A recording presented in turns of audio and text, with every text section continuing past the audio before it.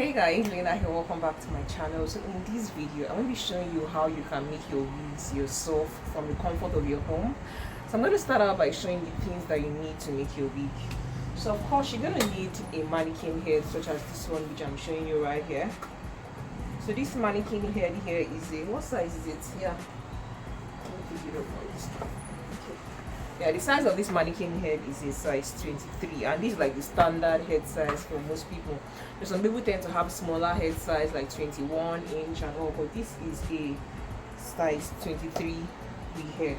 And of course you also would need a mannequin, like a stand for your wig head, because you need something to support you while you are making your wig, because you don't have a physical person that you can make the wig on the person's head. So you need something that can stand to enable you to make the wig comfortably on the head of the mannequin head.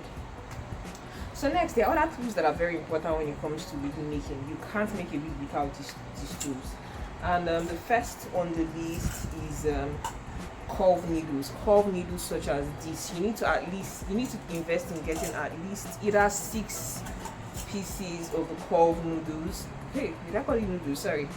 Curved needles. You need to have at least 6 pieces or 12 pieces. I think I have about 12 or 24 pieces of the curved needles. So invest in getting curved needles such as this. You would also need to get T-pins. Let me show you what T-pins look like. T-pins such as this, because this will help you when it comes to sewing down your closure. It will help you place the closure exactly where you want it to be and help in sewing it down. You also need your thread.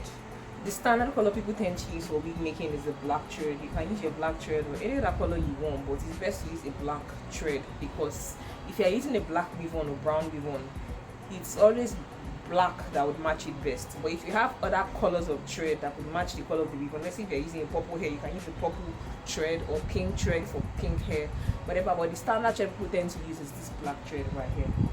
Then of course you also need clamps like this. You want to use this to be able to hold some parts of the hair away while you're working on some other areas. So having a clamp like this is also very important.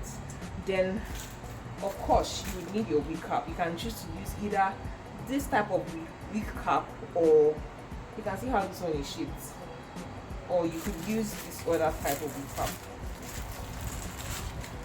or you can use this type of wig cap depending on which of them you prefer. Either of them works. So get a wig cap that you can work with. Whichever one feels more comfortable on your head, then stick with it. Either of these 2 wig caps. And of course an elastic band such as this is just going to help you secure your wigs down flat on your head. So having an elastic band such as this is also very essential when you're making your wigs. You also need your bundles. You could choose to use either 2 or 3 bundles of hair, or even 4 bundles.